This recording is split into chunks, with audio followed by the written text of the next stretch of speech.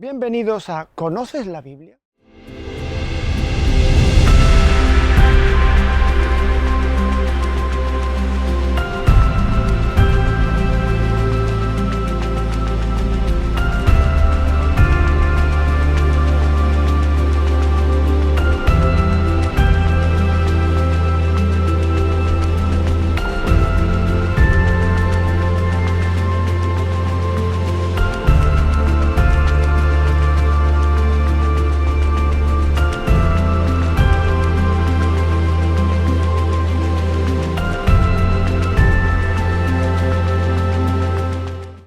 Hola a todos y bienvenidos a una nueva entrega de ¿Conoces la Biblia? Aquí estoy yo con Biblia en mano, espero que ustedes también en casa la tengan.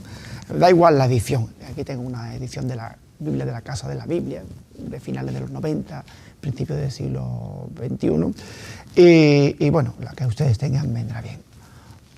Hoy vamos a ocuparnos de una entrega temática del programa. Recuerden que la semana pasada sí teníamos un tema, pero centrado fundamentalmente en el texto, en Naamán el sirio. Hoy vamos a ver algo relacionado con el Adviento, ya que estamos muy cercanos a la fiesta de la Natividad del Señor.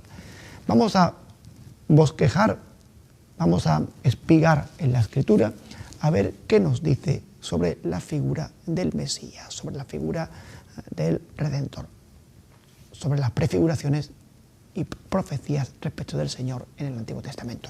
Obviamente no todas, sería un asunto inabarcable. Nos dedicaremos a lo fundamental, entre otras cosas porque el concepto de Mesías es amplísimo en la Sagrada Escritura y además varía según se ha concebido en el judaísmo y en el cristianismo. Así que no nos ocuparemos de tantas profundidades. Vamos simplemente a tomar textos de referencia que nos vayan guiando a la preparación para la venida del Señor. Y bueno es para comenzar que lo hagamos siguiendo un recorrido teológico y no cronológico. ¿A qué me refiero yo con esto? Bueno, si lo hiciéramos cronológicamente iríamos desde los textos más antiguos, desde los primeros que se redactaron hasta los más recientes, pero la Biblia no funciona así. Se ha organizado de manera teológica para que haya una secuencia completa del plan de Dios desde la creación hasta la consumación de los tiempos con la segunda venida del Señor. Así que vamos a hacerlo de esta manera. Los textos que digamos, habrá textos más recientes en escribirse que pongamos en primer lugar porque estamos acomodándonos a una secuencia teológica. Por eso partimos de un texto muy conocido, Génesis 3:15, que ha sido llamado comúnmente el protoevangelio. En el protoevangelio, después de la caída de los primeros padres, el Señor Dios está hablando, Yahvé está hablando, primero habla con Adán, después habla con Eva, o sea, con la mujer, y está ahora en un parlamento con la serpiente. Y cuando llegamos al versículo 15, Él le dice: pondré enemistad entre ti y la mujer, entre tu linaje y el suyo. Él te herirá en la cabeza, pero tú solo herirás su talón. O otros textos dicen, tú acecharás su talón. Bien, pues, ¿qué es lo que ocurre? Efectivamente, la serpiente, el tentador, el mal, el maligno, siempre vive en guerra con la descendencia de los primeros padres, buscando la manera de herir, buscando la manera de viciar la naturaleza humana y de inclinar la balanza hacia el pecado. Pero dice la profecía que un descendiente de la mujer será capaz de dar el golpe de gracia al enemigo, o sea, la cabeza, un elemento vital. Se creía antiguamente que la serpiente podía sobrevivir si no le cortaban la cabeza, le cortaban todos los ojos y aquello sobrevivía. Así que por eso dice, él te herirá en la cabeza. ¿Qué puede hacer el tentador? ¿Qué puede hacer el maligno? Solamente acechar la parte baja del individuo, las bajas pasiones, para morder ahí y hacernos caer. Por eso la profecía indica que va a haber una superación de esa condición del hombre herido por el pecado. Es el texto de referencia en el que comenzamos a encabezar la figura de lo que va a ser el futuro Mesías. ¿Y cómo se percibe este Mesías en la Sagrada Escritura? Bueno, vamos a ver algunos rasgos fundamentales en esta primera parte del programa y los dos últimos rasgos los veremos en la segunda. La primera percepción que tenemos del Mesías en la Escritura nos vamos ya a Deuteronomio 18, 15, 22, es la de profeta. Está hablando Moisés, es el último día de su vida. Piensen ustedes que Deuteronomio es un texto largo, un libro largo, pero que transcurre en 24 horas. Moisés está en la última jornada de su existencia y le va a legar un testamento espiritual al pueblo. Y le dice, un profeta como yo te suscitará el Señor. A él lo escucharéis. Y claro, a uno le viene a la cabeza rápidamente también el mismo libro de Deuteronomio, Deuteronomio 6. Escuche Israel, el Señor es nuestro Dios, el Señor es uno. Un profeta como este tiene que ser escuchado, pero escuchar a este profeta equivale a escuchar a Dios, ya que no va a ser un profeta cualquiera. Por tanto, esa es la figura del Mesías, un profeta como Moisés, dice, pero Moisés hablaba cara a cara con Dios, tenía un contacto vis a vis. Sin embargo, el nuevo profeta parece que va a ser escuchado como se escucha a Yahvé. ¿Quién será ese profeta? Bueno, aquí vienen las maravillas de la Escritura. Un autor está inspirado por Dios y escribe cosas. Y él sabe o entiende parte de lo que está escribiendo, pero hay una parte que se le escapa. Él está pensando en la figura de Josué. Josué va a introducir al pueblo en la tierra prometida, cosa que Moisés no pudo hacer por una falta de confianza en el Señor. Pero Josué sí lo hará. Sin embargo, él recibe una expresión más profunda. Habla de otro Josué, Jesús. No pierdan de vista que son exactamente el mismo nombre. Yahvé es salvación, Dios salva. Josué y Jesús, ambos nombres. El auténtico Josué, nuestro auténtico Josué, es el que va a venir como Mesías, no el que introdujo al pueblo en la tierra. Este nos va a introducir en la auténtica tierra de promisión, en la patria del cielo. Por eso está apuntando a un destino más amplio, a un horizonte más abierto. Así que es una percepción profética. Claro que los hombres que viven en el tiempo de la Sagrada Escritura lo perciben de un modo más modesto, porque cuando uno empieza a catequizarse y a encontrarse con el Señor, la primera percepción que tiene de él es la de un profeta. Es la que dice, por ejemplo, la samaritana en el capítulo 4 de San Juan, cuando está hablando con Jesús: veo, Señor, que eres un profeta. La aprecia como profeta. También dirá lo mismo la multitud cuando Jesús le haya multiplicado el pan y hayan oído su discurso del pan de vida. Este sí que es el profeta que tenía que venir al mundo. Pues está identificando ya con el que tiene que venir. Pero lo que ocurre es que ellos lo ven en un plano humano, intentan llevárselo para proclamarlo rey, y Jesús se escapa. Están todavía en los prolegómenos de la fe. Igual le pasa al ciego de nacimiento en el capítulo 9 de San Juan. ¿Y qué dices tú de aquel que te ha abierto los ojos? Pues yo digo que es un profeta. Fijaos bien, como cuando uno empieza a reconocer al Señor, lo reconoce como profeta. Pero no se queda la cosa ahí. Jesús no es solo un profeta. Sería el profeta por excelencia, sería algo mucho más que eso, ¿no? Por eso, digo, es el primer escalón. Un segundo escalón es la realeza. ¿Por qué la realeza? Bueno, porque Jesús va a descender de la estirpe de David. David es el rey ideal en Israel. David marca la medida con la que se van a comparar todos los reyes, tanto del reino de Israel como del de Judá. Pero obviamente David era humano, era un hombre de grandes virtudes, de gran piedad, de gran devoción al Señor, de gran dedicación, pero también pecador. Igual que fue grande en sus cosas buenas, también fue grande en su pecado. Recuerden el pecado de Betsabé o el pecado del censo. Por tanto, David está sometido también a la fragilidad humana. Sin embargo, el descendiente de David, que será Jesús, no estará sometido a esa fragilidad. El Mesías podrá esquivar esa fragilidad. Sin embargo, aparece con rasgos que lo identifican o lo emparejan con la figura terrena de David. Los orígenes humildes, por ejemplo. Cuando David va a ser ungido rey, va Samuel a casa de Jesé y de repente, pues, Jesé convoca a todos sus hijos, pero a David ni lo llama, era el más pequeño, no contaba nada, estaba en el campo con las ovejas, y tienen que llamarlo para ungirlo a él, que es en el que se ha fijado el Señor, que no ve como los hombres que ven la apariencia, sino que ve el corazón. Jesús también tiene un origen humilde. Si leemos la profecía de Miqueas, veremos la ciudad de David, pero la pequeña, Belén, la ciudad natal de David. Y tú, Belén de Judá, no eres ni mucho menos Belén de Efratá, no eres ni mucho menos la más pequeña de la ciudad de Judá, porque de ti saldrá un pastor, un príncipe que será el pastor de mi pueblo Israel, ¿no? Pues aquí aparece ese origen humilde como David, y Jesús va a aparecer de esa manera. Una realeza que no es la realeza que nosotros imaginamos. Jesús no tiene un reino político, no tiene un reino mundano, lo confesará ante Pilato, que dirá, bueno, tú eres el rey, sí, pero mi reino no es de este mundo. Si fuera de este mundo ya tendría yo un ejército mucho más grande que el tuyo y habría escapado de tus manos. Pero el reino de Jesús es completamente diferente, un reino con orígenes muy humildes, con poco currículum. La semilla del grano de mostaza, la levadura, un reino con poco pedigrí de entrada, pero un reino indestructible, un reino como la piedrecita que se desprende en la visión del libro de Daniel, en el sueño del rey Nabucodonosor, pero que se convierte en una montaña inmensa.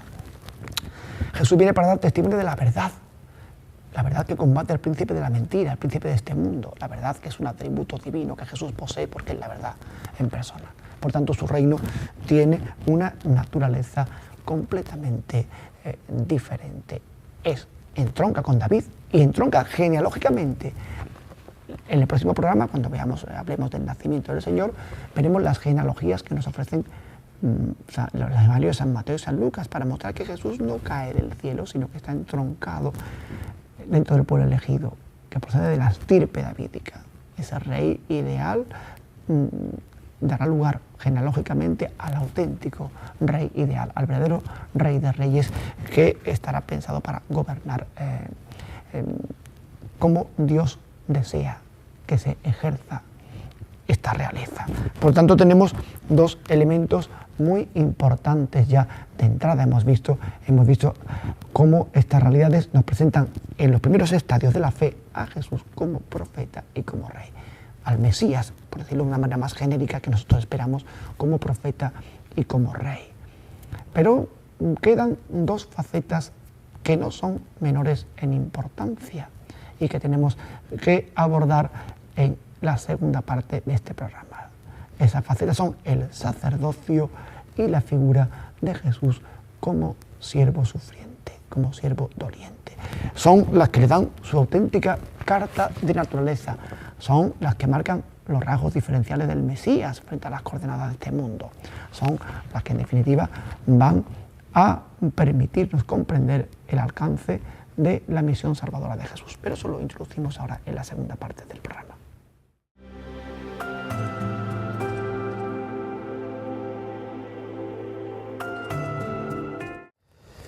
Bien, pues continuamos desgranando la percepción que el Antiguo Testamento tiene de la figura mesiánica del Mesías.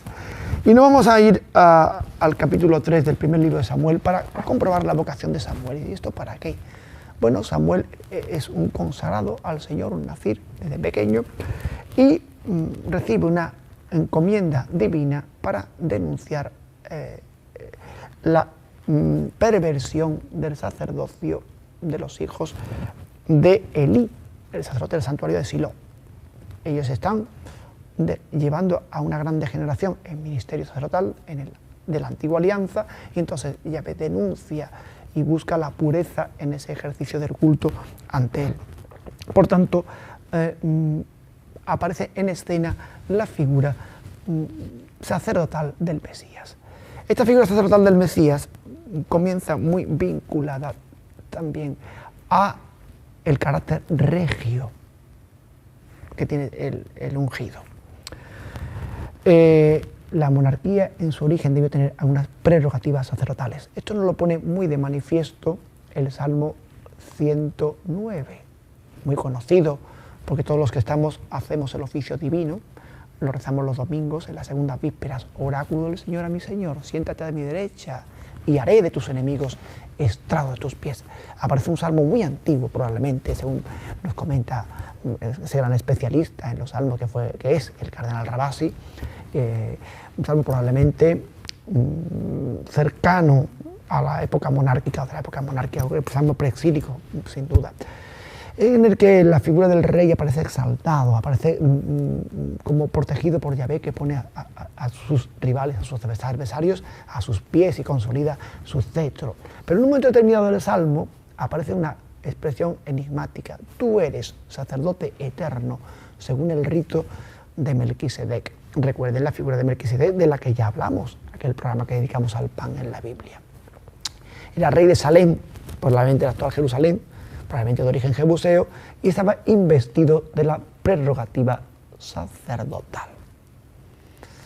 Este monarca se vincula con las funciones o prerrogativas cultuales de los reyes de Israel. Probablemente este salmo antiguo es releído en una época, véase el posexilio, el libro de las crónicas, incluso la época griega, la época helenística, en el periodo macabeo, en el que realeza y sacerdocio aparecen casi fusionadas, en el que Israel funciona de manera teocrática. Así que esa figura va a emerger de un rey con prerrogativas sacerdotales. Y de ahí también se va a vislumbrar la figura del Mesías, porque al fin y a la postre el Salmo 109 acaba deviniendo un salmo mesiánico y indica esa última cualidad que posee el Mesías: es profeta, es rey y es sacerdote. Pero el sacerdocio de Cristo obviamente no va a ser de factura idéntica a las prerrogativas culturales que podían tener los monarcas israelitas. Él tiene un sacerdocio completamente distinto. A los primeros cristianos les costó desgranar la dimensión sacerdotal de Jesús. Entre otras cosas, porque el sacerdocio en Israel fue degenerando desde la vuelta del exilio en adelante, hasta que llegó a ser una institución muy frágil y muy desprestigiada. Se luchaba por conseguir el sumo sacerdocio políticamente. Los monarcas de los grandes imperios de turno llegaban a venderlo al mejor postor, de manera que se desacreditó muchísimo. Para colmo, cuando Israel pierde su soberanía ante Roma entre los años 66 y 70, con la Gran Guerra Judía, pues resulta que la estirpe sacerdotal, los saduceos, prácticamente se desvanece en la historia. Así que los cristianos tenían sus recelos, pero el autor de la carta a los hebreos, que es un gran genio a la hora de percibir las inspiraciones divinas, descubre que el sacerdocio de Cristo es distinto. Porque piensa que Jesús no es como los sumos sacerdotes antiguos, que eran humanos y por tanto tenían que repetir muchas veces los sacrificios porque cometían pecados constantemente. Y también eran personas mortales. La muerte les impedía permanecer y por tanto tenía que haber muchos sumos sacerdotes. De manera que Jesús es único, es el mismo ayer, hoy y siempre, permanece para siempre y tiene un sacerdocio que no pasa, que ni siquiera es aronita, sino que se remontan a ese sacerdocio ideal de ese Melquisedec que recibió el diezmo de Abraham y que bendijo a Abraham. Jesús se entronca ahí y no va a ofrecer muchos sacrificios, ofrecerá uno solo de una vez para siempre. Y aquí es donde viene la última dimensión de el Mesías. Es profeta, es rey, es sacerdote, pero su sacerdocio se va a vivir desde la esfera del sufrimiento. El punto de partida más cercano son los mártires del periodo macabeo, que siendo justos son llevados a morir por mantenerse fieles a la ley del Señor. Y dicen ellos: si Dios premia a buenos y castiga a malos como yo, que defiendo su fuero, voy a acabar así, pues porque yo soy una oblación, un sacrificio perfecto. Como no tengo más nada que ofrecer, me ofrezco a mí mismo para consumar el auténtico y verdadero sacrificio que Israel ofrece, el holocausto correcto, perfecto, espiritual.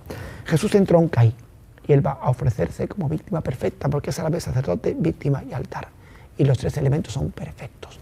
Por lo tanto, su sacrificio será único y ofrecerá una ofrenda grata al Padre que conseguirá realizar de una vez por todas y para siempre la reconciliación con los hombres. Por eso su ministerio tendrá que ser sufriente en todas sus dimensiones, no solo el sacerdote, profeta también. Recuerden ustedes que Moisés era el mediador entre Dios y los hombres, pero cuando tú medias entre Dios y los hombres, acabas siendo un mediador de Oriente. El pueblo, por un lado, que nunca hace caso al Señor, que se está revelando constantemente. Y Dios que dice: ¿qué ocurre aquí? Porque el pueblo me es tan infiel. El que está en medio es el que sufre. Quiere decir la Escritura que Moisés era el hombre más sufrido de la tierra. El libro de los Números, el más sufrido de la tierra. Y por tanto, el profeta que está en su tesitura se convierte en sufriente. Igual pasa con el rey que vela por su pueblo, también es atacado por el sufrimiento de querer el bien para ellos y estar siempre atendiendo a lo que pueda pasar. Y finalmente, pues en este sufrimiento tenemos la figura que lo engloba, que es la del siervo sufriente. Mi siervo justificará a muchos. Hay 4 cánticos del siervo en Isaías. El último es especialmente bello, en el que Jesús, para conseguir la redención de la gente, llega a no tener apariencia ni aspecto humano. Por eso, así, a través del sufrimiento, alcanza la victoria. Es aquel rey que tiene como trono la cruz. San Juan ve en la cruz el trono de Jesús, desde la que él reina. La cruz es su muerte, pero una muerte que destruye la muerte. Por eso, en el libro de los Números también, creo que un pasaje que ya comentamos alguna vez, en él se manda que los israelitas miren una serpiente de bronce porque tenían miedo a las serpientes que les mataban. Así que mirando de frente a la muerte se vence a la muerte. Jesús vence a la muerte, yo lo miro a él en el trono de la cruz que él ha vencido y ese rey me salva a mí del poder de la muerte. Con su sacerdocio establece el acto redentor definitivo que me libera del poder del pecado. Y finalmente con su don de profecía me transmite la palabra de Dios, que es el mismo. Toda esa figura, todo ese entramado mesiánico es el que podemos encontrar en estos textos escriturarios que hemos visto, que son de gran densidad y de gran profundidad. Los cristianos participamos también por el bautismo de ese triple ministerio, de esa triamúnera de Cristo. Somos ungidos como profetas y reyes y sacerdotes. Por tanto, tenemos ahí esa participación. Por eso, decía el apóstol San Pablo, que claro, para participar de la gloria de Cristo, hemos de participar también de la cruz. Si nosotros nos consideramos muertos en una muerte como la suya, también participaremos de una resurrección gloriosa como la suya. Fíjense cómo la Escritura ha ido marcando la pauta, colocando balizas para que yo pueda entender tan gran misterio de ese triple ministerio del Mesías. Y acabamos el programa de hoy ya con una figura señera del Adviento, que es Juan el Bautista, el precursor. Juan el Bautista está destinado con una misión muy específica, señalar de inmediato al Mesías en cuanto lo ve. Todos estos autores bíblicos que hemos visto antes, todos estos autores sagrados, lo van apuntando en la distancia con el dedo, pero Juan el Bautista no. Él lo percibe ya cercano y lo señala ante los hombres. Es un personaje grande, dice Jesús en el Evangelio de Mateo, en el capítulo 11, que no ha nacido de mujer uno más grande que Juan el Bautista.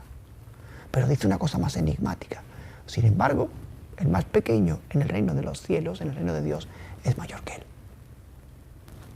¿Por qué? Porque Juan el Bautista, pese a su sublimidad, sigue siendo un personaje del Antiguo Testamento. Él reconoce al Mesías, lo identifica, pero todavía no tiene la luz completa que han percibido los que han vivido bajo su predicación y bajo su ministerio y han sido redimidos por él. Por eso manda una embajada a preguntarle, oye, ¿eres tú el que ha de venir o acaso tenemos nosotros que esperar a otro? Esa tímida duda indica que aún es un hombre del Antiguo Testamento, pero no es un hombre cualquiera. Es la figura del precursor que para la tradición judía se encarna en Elías. Por eso Jesús dirá también en el Evangelio, os aseguro que Elías ya ha venido y han hecho con él lo que han querido, refiriéndose al Bautista. Fíjense bien si será Elías que la vestimenta del Bautista, tal como lo señalan los evangelistas, pues especialmente Mateo, viene a indicar su parentesco con él. Estaba vestido con una piel de camello, con un cinturón de cuero atado a la cintura. Si yo me voy al segundo libro de los Reyes, al capítulo 1, donde el rey Ocosías manda nada menos que emisarios a consultar al dios Belcebú, al dios de las moscas, y le sale al encuentro Elías para recriminarle. No había Dios en Israel para que tú consultes un dios pagano, un ídolo extranjero. Cuando los mensajeros son despachados otra vez al rey con ese mensaje, pregunta al rey, ¿y qué aspecto tenía ese hombre que os ha mandado para atrás? Dice, iba vestido con un cinturón de cuero, con una piel, con un manto. Ese es Elías. Pues Juan el Bautista está caracterizado como Elías también, para indicar que es el que vendrá antes del Mesías. Los judíos que aún no han aceptado al Señor como Mesías, practican la religión judaica, Todavía dejan en la Pascua una silla libre para la venida de Elías, que tiene que preceder al Mesías. Pues ese es el precursor. Juan el Bautista es el Elías redivivo, que nos señala al Mesías y nos lo presenta ya inminente. Es un hombre que ve con bastante claridad, pero aún está en el Antiguo Testamento. Él vive la penitencia, la conversión. Será Jesús quien nos traiga la gracia y la verdad como atributo suyo. Jesús, el último atributo mesiánico que voy a deciros en el día de hoy, es el defensor de la verdad. Ya lo he dicho antes, pero lo vuelvo a repetir. Frente a Juan, que nos invita a la conversión para que Jesús después nos dé la vida de la gracia. Ya veis cuán riqueza encierra el vocabulario de estos textos bíblicos. Tenemos ya una figura del Mesías en este Adviento que queremos vivir con intensidad, y ya en el próximo programa empezaremos a hablar quizás de relatos que os llamen más la atención, porque vamos a hablar del nacimiento de Jesús y de los evangelios de la infancia. Os emplazo para esa cita. Bien, pues aquí nos vemos en el próximo programa. Que tengan una buena semana.